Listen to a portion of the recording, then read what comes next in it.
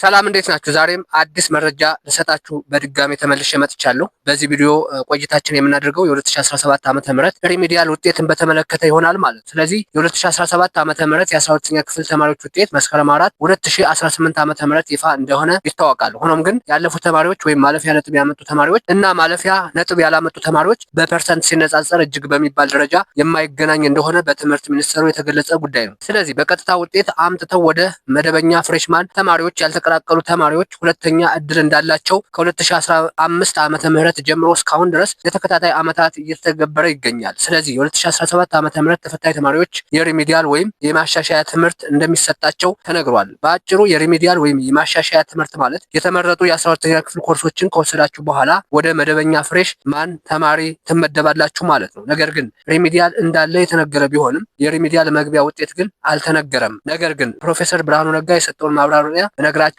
ማለት ነው። እናንተ ይህን ቪዲዮ ሳብስክራይብ እና ላይክ ማድረጋችሁን እንዳትረሱ። አብራችሁ ይቆዩ። ቀጥታ ወደ 2017 ዓመተ ምህረት የሪሚዲያል ውጤት ከመሄዳችን በፊት ስለ ሪሚዲያል ግንዛቤ ሳስጨብጣችሁ እንደሚከተለው ይሆናል ማለት ነው። ስለዚህ ሪሚዲያሉን ካጠናቀቃችሁ በኋላ ፈተና ተፈትናችሁ ነው እንግዲህ ወደ መደበኛ ፍሬሽ ተማሪ የምትመደቡት ማለት ነው። ስለዚህ እንዴት ነው ይሄን አጠናቃችሁስ ወደ መደበኛ ተማሪ የምትገቡት የሚለውን ነገር በአጭሩ ፕሮፌሰር ብርሃኑ ነጋ የሰጡትን ማብራሪያ ስነግራችሁ ግልጽ ሊሆንላችሁ ስለሚችል እስከ ቪዲዮ ፍጻሜ አሁንም በድጋሚ አብራችሁ ይቆዩ። ስለዚህ በዚህ የምናየው ምንድነው ስለ ፈተናው ምን ይመስላል፣ ፈተና ከተፈተናችሁ በኋላስ በምን መልኩ ነው እንግዲህ ውጤታችሁ የሚያዘው የሚለውን ነገር አንድ ባንድ እነግራችኋለሁ ማለት ነው። ስለዚህ ምን ብለው ተጠይቀው ነበር ፕሮፌሰር ብርሃኑ ነጋ? 100% ያደረግነው ዩኒቨርሲቲዎቹን ማመን ስላቃተን ነው የትምህርት ሚኒስተር ፕሮፌሰሩ ብርሃኑ ነጋ። ስለዚህ 100% የሆነበት ምክንያት ይህም ማለት ሪሚዲያል ከወሰዳችሁ በኋላ ፈተናውን የሚያወጣው ትምህርት ሚኒስቴር ነው ማለት ነው። ይህም ማለት ሙሉ በሙሉ ትምህርት ሚኒስቴር ያወጣበት ምክንያት ዩኒቨርሲቲዎችን ማመን ስላልቻለ ነው ብሎ ነው መልስ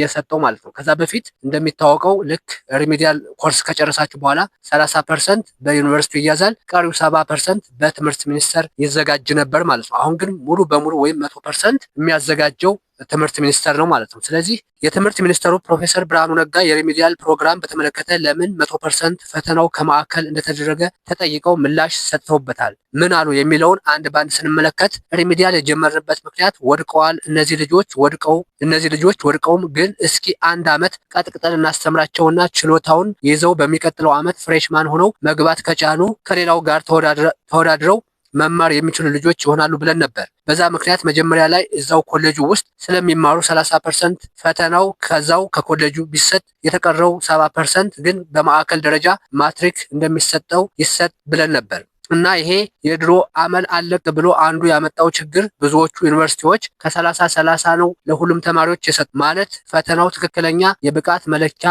መሆኑ ቀርቶ ዩኒቨርሲቲዎቹ ተማሪ እየቀነሰባቸው ስለሄደ ያንን ለጠየቁት ሰዎች የምትላቸው 100% ያደረግነው ምክንያቱም ዩኒቨርሲቲዎቹን ከማዕከል ሁሉም እኩል የሆነ ፈተና ቢፈተን ይሻላል፣ የምንፈልገው ጥራት ያለው ተማሪ እንዲገባ ነው እዛ ቦታ ላይ የቀየርነው በሱ ምክንያት ነው። ሁለተኛ ስንጀምርም ያልነው ሪሚዲያል ሁሌም የምናደርገው አይደለም፣ እንዲያውም ለአንድ ጊዜ ብለን ነበር የጀመርነው። ውጤቱ በጣም አስደንጋጭና የወረደ ስለሆነ ነበር የቀጠልነው። አሁን የምናደርገው እየጨመርነው ነው የምንሄደው። በሪሚዲያል የሚገባውን ተማሪ የመግቢያ ውጤት ቁጥሩን ከፍ እያደረግነው እንሄዳለን። በተወሰኑ ዓመታት ሪሚዲያል እንዲቆም ነው የምንፈልገው። ሪሚዲያል ቋሚ የሆነ የማስተካከያ መንገድ አይደለም። ስለዚህ ኮምፒውተር ተበላሽቶብን ምናምን የሚለውን ተወውና አልፈዋል፣ ወደ 50-60 በመቶ አልፏል። እየጠራ የሚሄደው እሱን ስታደርግ ነው። ፈተናውን ጠንከርም ያደረግነው ፍሬሽማን ሲገቡ ከሌሎቹ ዘንድሮ አልፈው ከሚገቡት ጋር ተወዳዳሪ ሆነው መቀመጥ እንዲችሉ ነው። በኋላ እንዲወድቁ አንፈልግም። ገንዘብ ካጠፋንባቸው በኋላ ጊዜ ካጠፋንባቸው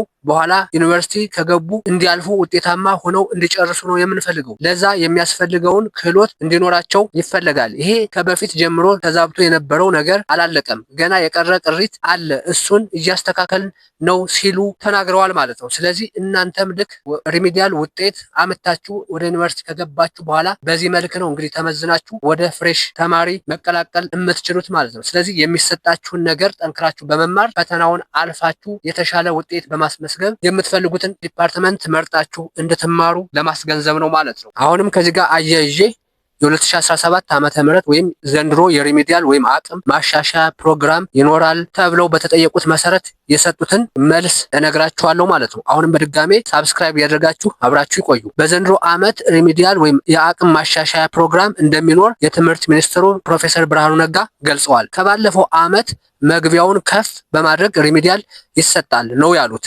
ምን ያህል ተማሪዎች ሪሚዲያል ይገባሉ ለሚለው ጥያቄ ሚኒስትሩ አልወሰንም ሲሉ መልሰዋል። ዘንድሮ ሪሚዲያል እድል የሚሰጣቸው ተማሪዎች ቁጥር አልተወሰነም፣ 40 እስከ 50 በመቶ መካከል ይሁን የሚለው ላይ በውይይት ላይ ነው ብለዋል። ካለፈው ዓመት ግን መግቢያው ከፍ እንደሚደረግ እና የሚገባው ተማሪ ቁጥርም ቅናሽ እንደሚኖረው ገልጸዋል ማለት ነው። ስለዚህ በዚህ ቪዲዮ ያየነው ይህን ነበር። አሁንም የ2017 ዓመተ ምህረት ሪሚዲያል መግቢያ ውጤት እንደተነገረ በፍጥነት የማደርሳችሁ ይሆናል ማለት ነው። እስከዛው ድረስ ይህን ቪዲዮ ሳብስክራይብ እና ላይክ እያደረጋችሁ ጠብቁኝ። አሁንም በድጋሜ በሌላ ጠቃሚ መረጃ እስክመጣ ድረስ ሰላም ቆዩ። ቻው።